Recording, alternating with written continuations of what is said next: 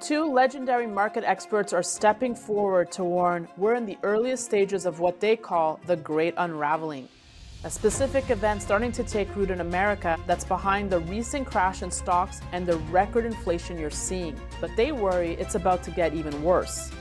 And many of the things you take for granted are due for a big disruption in the months ahead. Your Social Security benefits will likely be slashed. Your taxes are probably going way up. And many of your investments are likely to continue falling. Meanwhile, even if you think you've saved enough money to retire, you're probably going to need way more money than you thought. Your personal success all comes down to how well you understand what's heading your way. This is why I strongly encourage you to read about their warning today, totally free. It's all spelled out in a free report we've put together about the Great Unraveling. Get the facts yourself. Go to unravelingreport.com to get your free copy of this report. You can learn how to get their full playbook to prepare for what's coming. Again, that's unravelingreport.com for a free copy of this new report. Hi, this is Daniela Cambone. Happy New Year. Welcome back to the Daniela Cambone Show with a very special guest today, one that the New York Post has said if Nostradamus was still alive today, he would have a hard time keeping up with Gerald Celente. Gerald, always good to see you, my friend. Happy 2023. Happy New Year to you, and thank you so much for having me on. Well, we are speaking today, Friday, January 6th, which many countries celebrate. It's a public holiday because it is the Epiphany. One of these countries, Gerald, as you know, is Italy. It's a day that traditionally children would receive gifts. But it also marks the end of the holiday season. There's the saying in Italian that says, L'Epifania tutte le feste porta via, meaning basically the Epiphany carries away with it all the festivities, and it's time to get down to business. And that's why I wanted to have you on today, because we got a lot of business to cover. But an Epiphany, as you know, is also a moment when you suddenly feel that you understand something. And I know, Gerald, after being your friend for many years, that you are a man of great reflection, of great thought. You write all the time, you ponder. And I'd like to get your thoughts as we start the new year here, as where your mind is at. Well, thanks. Hey, I'm very concerned about the future. I've been at this since 1980, and I've never seen a decline that we're looking at now.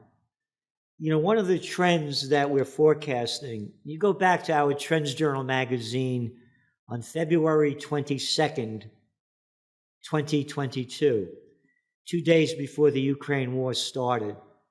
And the magazine headline read, "From COVID war to Ukraine war to World War." World War III's begun. They say it's a proxy war between NATO and the United States. It's not a proxy war, they're at war.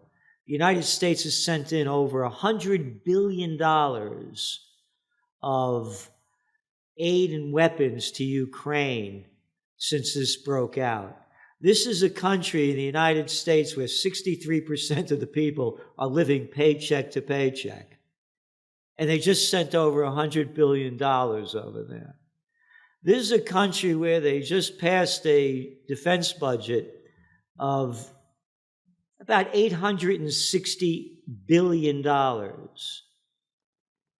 as the homeless situation in a city near you just keeps getting worse. Look at the facts of what's going on. Again, we only, write what they put out there, and you have this guy who, the Prime Minister of Sweden, and the President of France, Macron, met earlier this week, and they say, quote, "The two leaders reaffirmed Europe's determination to support Ukraine in the 10th month of the Russian offensive." Quote, "The Ukrainians need our support more than ever," said Macron. Quote, The victory of Ukraine is existential for Europe and for the whole world, said the Swedish Prime Minister. Wait a minute. You mean what's going on between Russia and Ukraine is existential for the whole world? You mean the people down in Bolivia, Argentina, Ghana, Somalia? I mean, what are we talking about over here? They're ramping this thing up into World War III. It's begun. And there's going to be a false flag or a nuclear exchange. NATO chief says sending more weapons to Ukraine, you can't make this up, is the quickest path to peace. Quote, it may sound like a paradox, but military support for Ukraine is the fastest way to peace, said Jens Stoltenberg, the guy that runs the NATO. Well, what am I, 6 years old? Who are you talking to? More weapons of death are going to bring us to peace? So this is serious what's going on. And that's my greatest concern. Because there are a lot of positive trends out there that are going to escalate society. But if this war keeps ramping up, it's the beginning of the end. And I do want to focus on those positive trends because we need some good news, but just, not to spend more time on this Ukraine-Russia, but, we're on day, 319 of the invasion. Russia highly criticized, obviously, Zelensky's visit to Washington, saying that it showed that neither the U.S. or Ukraine wants peace. Do you agree with that statement? And where do we go from here? How much longer does this play out? Well, that's what I'm saying. They say the United States said, we quoted, and the guy, Ned Price, one after another, saying that that guy Sullivan, that this is not a time for peace. This is not a time to talk. Oh, by the way, you were mentioning about celebrating the Epiphany. Yeah. What is it? The birth of Christ? The Prince of Peace. Oh, no, we're not going to talk about that. We're not going to talk about the Prince of Peace. Hey, how did Christmas sales do? Can't you see where this is going? Again, as I said, there's going to be a false flag or a nuclear exchange to make this official. They said that the World War II began when the Japanese bombed Pearl Harbor. You go back to July 1941. Do you know what happened? Japan, you could Google this up, History Today. Japan had the nerve to go into French Indochina. And Franklin Delano Roosevelt took all the assets of Japan that they had in the United States because they went in there because they were going to go into China.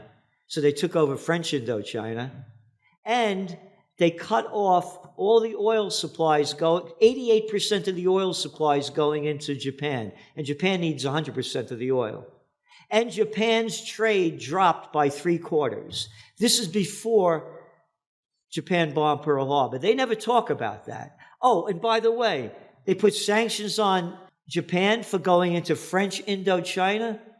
What were the French doing over there in Vietnam, Cambodia, and Laos? Do you see what I'm saying? Oh, and they talk about, the Japan was stealing the rubber and other tin and that they needed. That's all this is ever about. So what I'm saying to you is that on the economic front, we are in a very dangerous position here.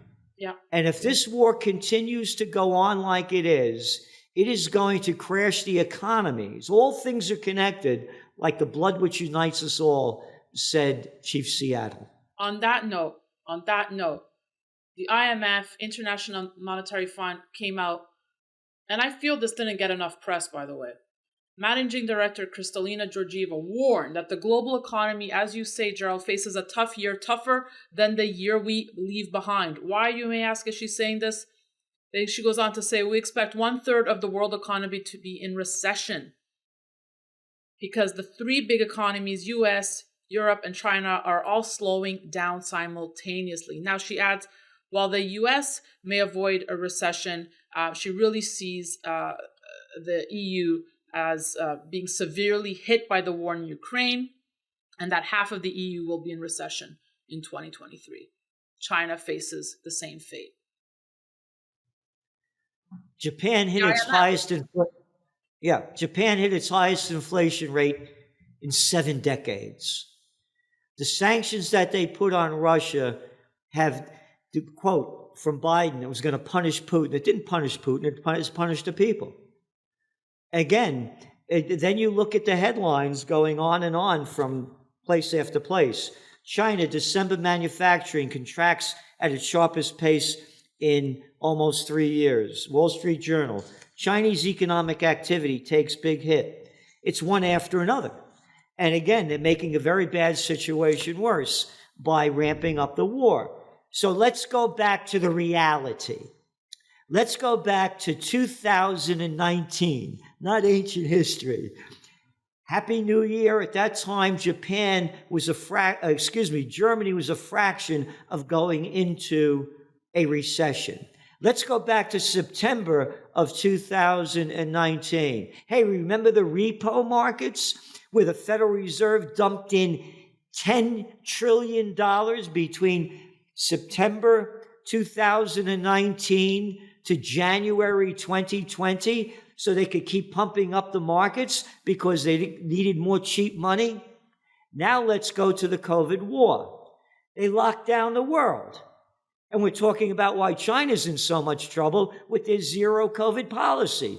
The businesses that they've destroyed in China and around the world are incalculable. Oh, you're talking about Italy? Now they're talking about Italy, and I think it was the IMF or one of them just came out, that they're facing the worst financial crisis of all of them concerning their debt level. Yeah. And look at what's happened to the businesses. So now let's put it all together. We're looking at what happened and why it happened. So when they began the COVID war, they locked down everything. Stay at home. You can't go to work, but hey, here's some cheap money for you. Here, go on. Shut up. Here's some money. You got a business here. We're going to give you money. Oh, we're going to print, we're going to go to zero in negative interest rates. Well, they stayed on negative interest rates, what, in Europe for how many years? Oh, only 8.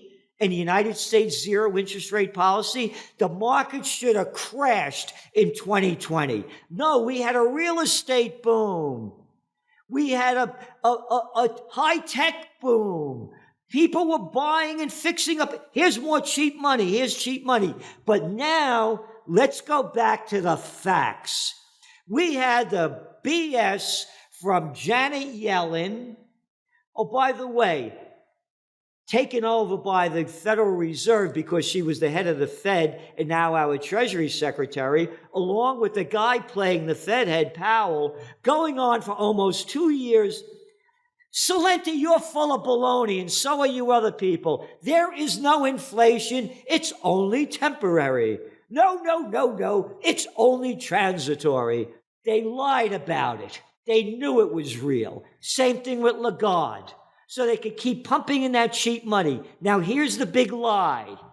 Now they're saying inflation will get better because it was only caused by the supply chain disruptions, not our cheap money and our zero interest rate policy. You see where this is going? So here's the deal. If the Federal Reserve raises interest rates in February 1st, even 25 basis points, it's going to keep pushing the markets down. However, being that it's all about the bottom line, they may be less aggressive in raising interest rates, and that's why you're seeing gold prices going up. Right. Okay. Few things there. I want to bring up the BRICS, okay? Because we're seeing the strength of the BRICS rise, right? Increase. Yep.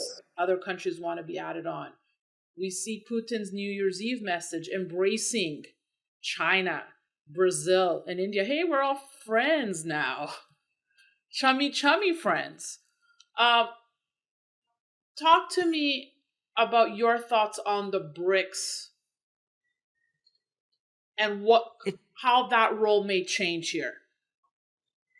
If China didn't have its zero interest rate policy, the zero COVID policy, we were forecasting that China was going to be the largest economy in the world within 7 years.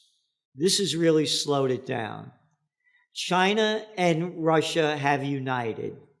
The BRICS have united. They are tired of the West running the world. And there are more of them than us. It's all in the numbers. When you're looking at China, and again, it's just baloney, that, their birth rate is going down. You got 1.4 billion people over there. You got 332 million in America. You got about 40 million in Europe. It's all about the numbers. So when you start putting all the BRICS in, and then you start bringing in the other countries, Indonesia and on and on and on. No, the future is going in that direction. But the U.S. is because here's the deal. The business of China is business, as with their brick road, their road initiative, built what they've done. The business of America is war. So as America and Europe, and again, I just read to you what Stoltenberg is saying, what all the Europeans are doing, putting more and more and more and more and more money into the military, as the other countries are putting more and more and more money into building their economies. Right. Okay. So are they doing that because they see what's coming with the BRICS? I mean, obviously the U.S. is looking at this thinking, how do we maintain our superpower status here if the BRICS keep growing? And that's what I'm saying. When all else fails, they take you to war. I talked about what Roosevelt did in 1941. What happened before that? There was a thing called the Great Depression. When all else fails, they take you to war. Go back to the dot-com bust. Again, in our Trends Journal magazine, October 1999, the headline, dot-com bust. Busted in March of 2000. Oh, you mean the day before 9/11, the NASDAQ was only down 66%? 9/11 happens, all forgotten. We'll create a new fake thing. We'll have a fake real estate market, a derivatives thing. We'll make up anything we can. So that's what we're saying. The United States isn't about the bottom line. The United States way out is with war. I mean, look, you can't make this stuff up. Look at the guy that's plays the United States Secretary of Defense, Lloyd Austin. What was he? Oh, he was a general. No, after he became a general, you mean he sat on the board as directors of Raytheon, the second largest defense contractor in the United States? Oh, by the way, look at their stocks since this has gone up. Lockheed Martin, Raytheon, all the defense contractors, boom, boom, boom. So that's where the United States is going. China and the BRICS are going in another direction. And then going back to gold. Look at all the gold that was bought up by the central banks in 2022. Well, yeah, and I want to bring that up. I want to talk gold in a second, but want to stick to the Fed for a second because you brought up the Fed. I want to know where you think they're headed. You mentioned we might see another rate hike. We all know they want to slow down because inflation is cooling. Where do they go from here? What trend do you see with the Fed? Again, it's a guessing game. Because let's go back. We had forecast in the Trends Journal, by the way, that if there was not a Santa Claus rally in 2022, which just passed, it's going to go down deep in the first 3 months of 2023.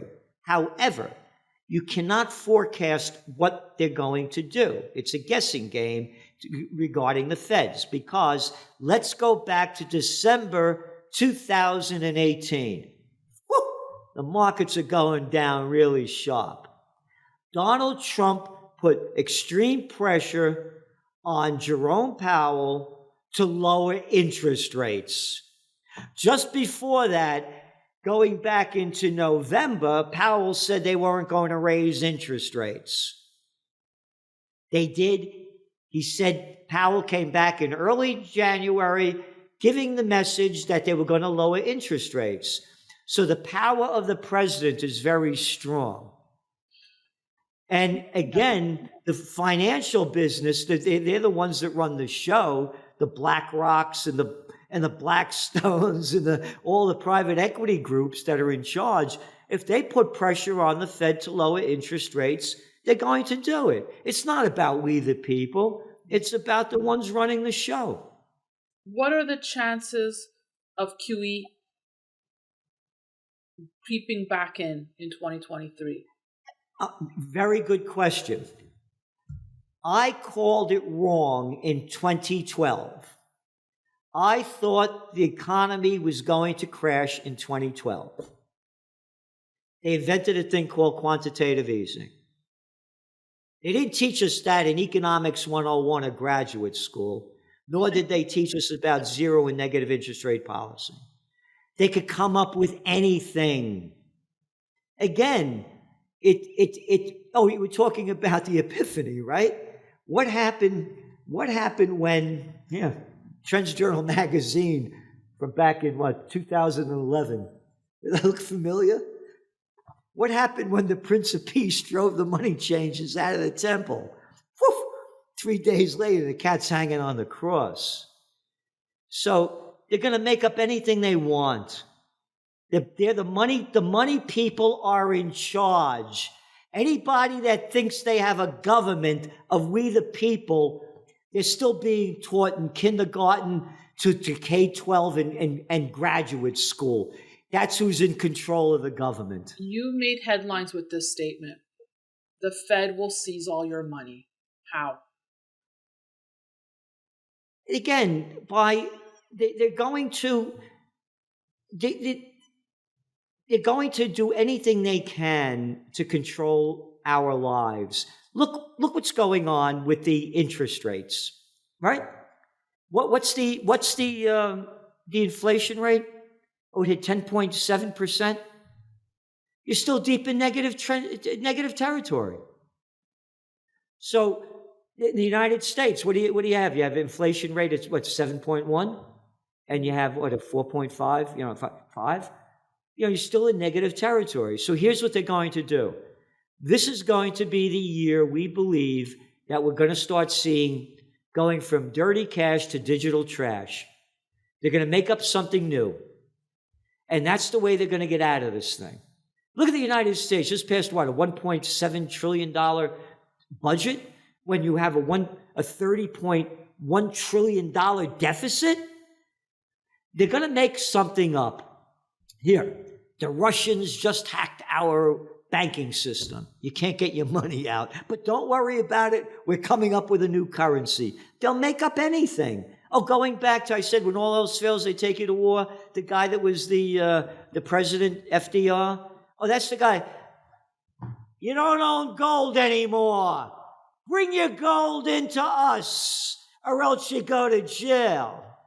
They'll make up anything. And I believe this is going to be the year where there's going to be a big push toward a digital currency. So and that's the way the Fed's going to get us. This is the year that the road begins towards a central bank digital currency. Yep. In the U.S. Matter of fact, that's the way we see it happening. And it's going to go like that, like that, like that. And we're doing this to protect you so we can know every penny that you spent, where you spent it, what you spent it on, so we can get the tax money because we're politicians and we don't work a day in our lives and we need your money and all the little clowns that we call public servants that work for us, that do what we tell them to do, so we can keep them paid, so we get all your money. That's where this thing is going. And I say to people, if you're keeping money in the bank, why are you keeping it there? On that note, let's talk gold. Because you said its central banks bought records amount of gold in the third quarter of 2022, numbers we haven't seen in decades. We still don't know what China's buying, but they revealed that they're buying some. No one really believes the numbers. that's a different story. What do central banks know that we don't know? What they know is how they're going to rig it, and we don't know when they're going to do it and how they're going to do it. But again, as I was saying, why would you keep your money in a bank when they're not paying you anything and they're making money on your money? So going back to gold, and again, as you well know, everybody knows, we have no advertisers in the Trends Journal magazine. So we're not pumping anybody. To us, gold is the number one safe haven asset. When gold went down into the 1600s a few months ago, we said this is the bottom. It's going up from now. And now it's been hitting, several month highs. Again, when they go digital, gold is going to go through the roof because that's going to be the only real currency that's going to be accepted to pay, to transfer, because they're going to do away with all the paper money. Again, the whole world has gone AI. It's a whole different world. It's a whole different world. And you know what? The biggest news now that's being watched is TikTok. That's not news. That's like beep, beep, bop, bop, bop. That's where it's all going. And so what we're saying is to protect yourself. It's crazy, right? I had my nieces and nephews over, telling me, they're telling me, they call me Dadina. They're like, Zia, Dadina, you got to get on TikTok. You got to get with it. I'm like, TikTok? What do you mean? You consuming your news on TikTok? And they're like, yeah, this is where they're getting everything. So it's interesting. You're getting nothing. Yeah. You're getting nothing. You're getting nothing. By the way, what you hear in 25 minutes, words that you would hear in 25 minutes account to if 1/4 of a page of a newspaper. That's all you're getting. When you're reading, you're getting a lot more. And by the way, they call you Zia, right? And in my book, what Zitzi gave Honey Boy. and Zitzi is the Neapolitan dialect for auntie. Yes. So Zia, that was my auntie. We had one Zitzi out of all the aunts that you called auntie. But yeah, the kids, it's a whole different world. Yep. It's an AI world. Look, one of my writers, the artist that does our work, Anthony Frieda, genius, and he was saying that now you could go on to AI and you could give them what you want to write, and they'll write the whole story for you, and it comes out almost like you wanted to write it. Who needs journalists, right? So what I'm saying, the whole world is going AI. Yeah. The younger generations are going to accept it like that, the digital currencies. That's perfect for me. It's perfect for you. And China's going to lead the way in it. And they are leading the way in it. I'm going to be a bot 10 years from now, Daniela, who? On that note, okay, I know you like gold in the past. You also had an open heart to Bitcoin. I know you had invested in Bitcoin, but curious to know if your stance has changed at all after the crypto carnage. And I know Bitcoin's in a league of itself, but obviously SBF and all that garbage affecting the whole sector. Your thoughts on the crypto space? Yeah, well, I was always like, because Bitcoin was the one, and again, it's that generation's currency. It's going to be tough. I think there'll be a place for Bitcoin, and very interesting with Bitcoin, even though it's way down from when it was 60,000, it's still at 16,000. And when you go back, 11 years ago, it started at 0. And it's been in the $16,000 range now for months. It hasn't gone down from there. The only thing that I think it's going to stop it is when they come out with digital. And this is what we said going back to 2020 when our magazine cover was From Dirty Cash to Digital Trash. When the governments when they go fully digital, they're not going to want any competition. And they're going to make it very hard for it. That's the only way we see it going down. But we still see Bitcoin as all the cryptocurrencies as the one that's going to stabilize until they do that and it becomes the real deal. And it's going to take a few years for that to happen. It's going to start gradually, and then all of a sudden it'll end and we'll all be digital. I want to get your thoughts on the political landscape, but just quick thoughts on the U.S. dollar. How important is it to the Fed, to the government, to keep the dollar propped up here? Will they do it? They have to. Yeah. Yeah, they have to. But where's the competition to the dollar? That's the whole issue. And when you look at the yuan, what does it account for? Like 3 or 4% of the whole situation in trading, and the euro. Right. Where's the euro going Well, to let go me when ask you're you in this. negative? We don't know how much gold China's buying. I mean, there are theories that they may, release some sort of gold-backed currency that would be a competitor to the U.S. dollar. What do you make of that theory? That could be a reality if something like that happens. But the way it stands is now, no. There's no competition for the dollar, even though the dollar should be in the toilet. Again, you're $31 trillion in debt. You just put another fake 1.7 trillion in there. This thing should be going way down. But again, where's the competition? So, but as you said, if they start coming out and saying, no, our currency is backed by gold, the United States is backed by nothing. I want to tell you a quick story. I have a photo here of me and John Connolly in front of the book depository. That's where Kennedy got shot, and Connolly took the bullet in the back. He wanted to meet me, 1992. As we're going back into the Anatole Hotel, he said to me, I read your book, Trend Tracking. I wrote that book in the late 80s. And he said, it was far better than Megatrends Time magazine. He said, it's a fine piece of work. He said, but you don't have a clue what's going on. He said, I know your heart's in the right place, but you don't have a clue what's going on. This is John Connolly, the guy the governor of Texas that took the bullet in the back. Yeah. He said, but you don't have a clue what's going on, and neither do the American people. This is also the John Connolly that became, under Republican Richard Nixon, that was the Treasury Secretary that took the United States off the gold standard. You got it? You don't have a clue what's going on. And neither do the American people. Because if they knew what was going on, there'd be a revolution in this country. 1992. This is a man, again, we stayed in contact, by the way, until he died in April, from October to February, and he died in April. And so what I'm saying is the whole game is rigged. A thing just came out. Did you ever tell him, why the heck did you get off the gold standard? I was very respectful to him, I knew he was going to die because his hands had all these blotches on it. He was on heavy doses of prednisone. And my father, may he rest in peace, died of the same thing because he worked in a shipyard during the war and died of asbestos poisoning. So I knew Connolly was on the way out, and that's why he was talking to me the way he did. And I wanted to be very respectful to him.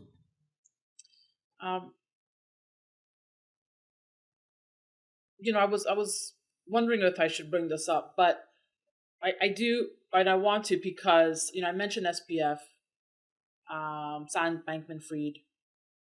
We learned that he was a huge donor, second largest donor to the Democrats during the midterms. Now, I see this headline today. Billionaire George Soros quietly donated $140 billion to political causes in 2021. These donations are on top of the more than $170 million Soros personally contributed during the 2022 midterm election cycle to help Democratic campaigns. My question is, not specifically about Soros, but should there not be a limit as to what can be donated to political campaigns? What's your take on this?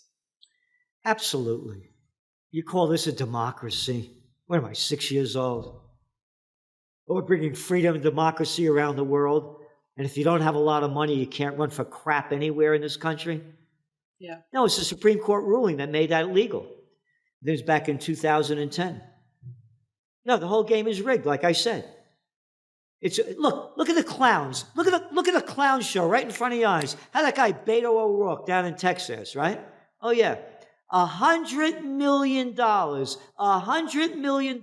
run for governor. Oh, and he lost. Stacey Abrams over in Georgia, $100 million midterm elections to run for governor, and she lost.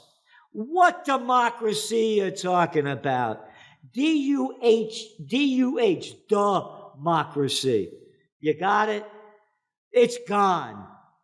It's gone. That this kind of thing, and people call it a government. I call it a crime syndicate.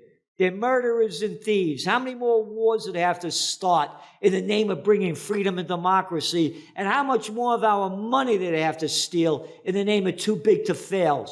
Look at that. Look at J.P. Morgan Chase. 5 felonies. Count them. 5 felonies.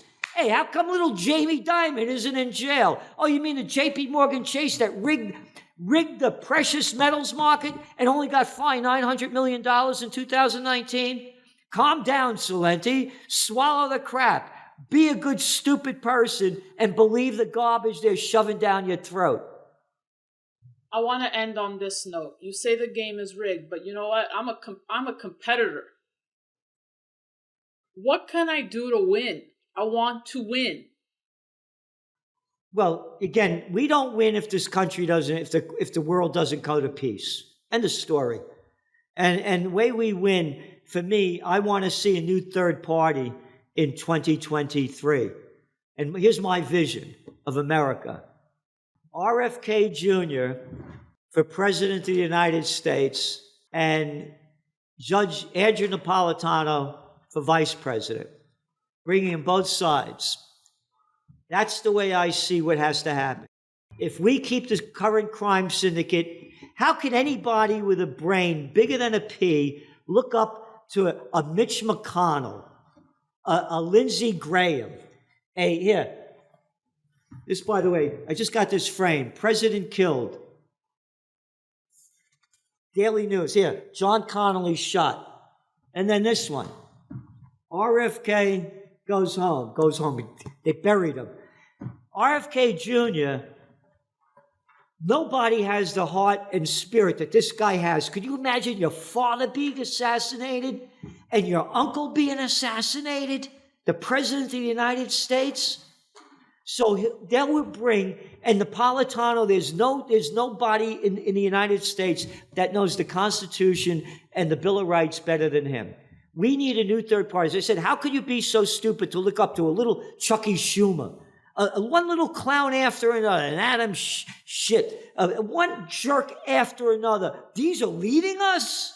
If we don't have a new way, it's over. And that's my vision for 2023.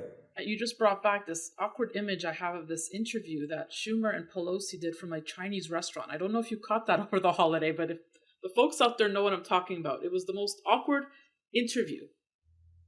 I'll send you a clip. Look at these people. And that's the other thing. If you call these people out man to man, they fold like that. Again, I was the assistant to the Secretary of the New York State Senate at 26 years old. I got a picture of me when I picked up Ronald Reagan at the Chicago Hilton. I was 30 years old, 1976. And bringing him to the McCormick Place. We were putting on a show, and I put on a brunch with 16 of our board of directors. I've been with presidents, prime ministers, and princes. You have. The people that are in power. You're very modest. You don't even talk. You're very humble about it. And you've been on Oprah, and you never even talk about that. I was on Oprah a number of times. Yeah, here, this is the photo of me and Ronald Reagan. Yeah.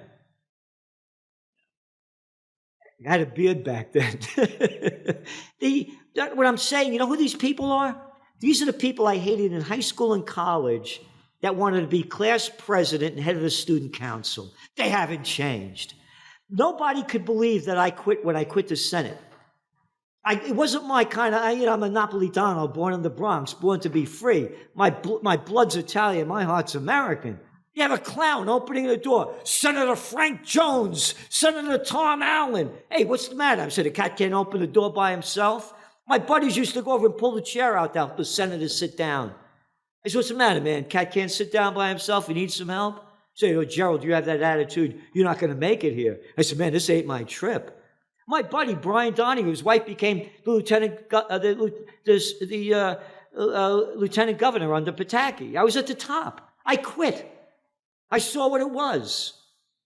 And I'm saying, if you call these people out and the people unite for freedom, peace, justice, life, and liberty, we have it. All right, Gerald. I'm going to pack up. head back to New York City. The epiphany is over for me. Back to reality. I want you to bring it home for the folks. Just final thoughts. Yeah, for the final, this is my recommendation for everybody. Yeah.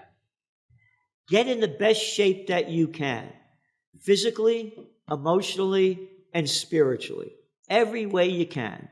And do something positive every day to help somebody every day in any way that you can.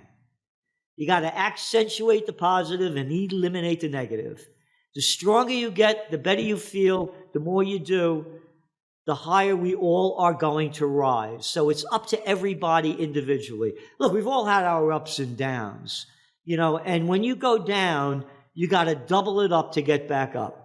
And so that's my recommendation to everybody, because the higher everybody gets in the spirit, the better everybody feels.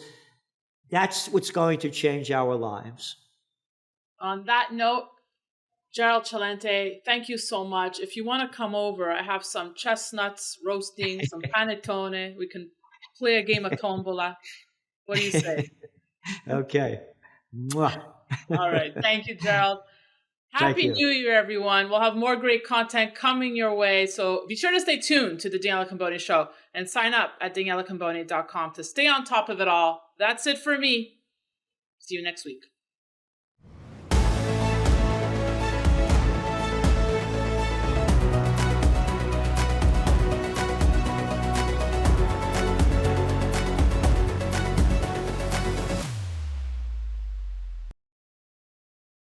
Opinions expressed on this program are solely those of the contributor and do not necessarily reflect the opinions of Stansberry Research, its parent company, or affiliates.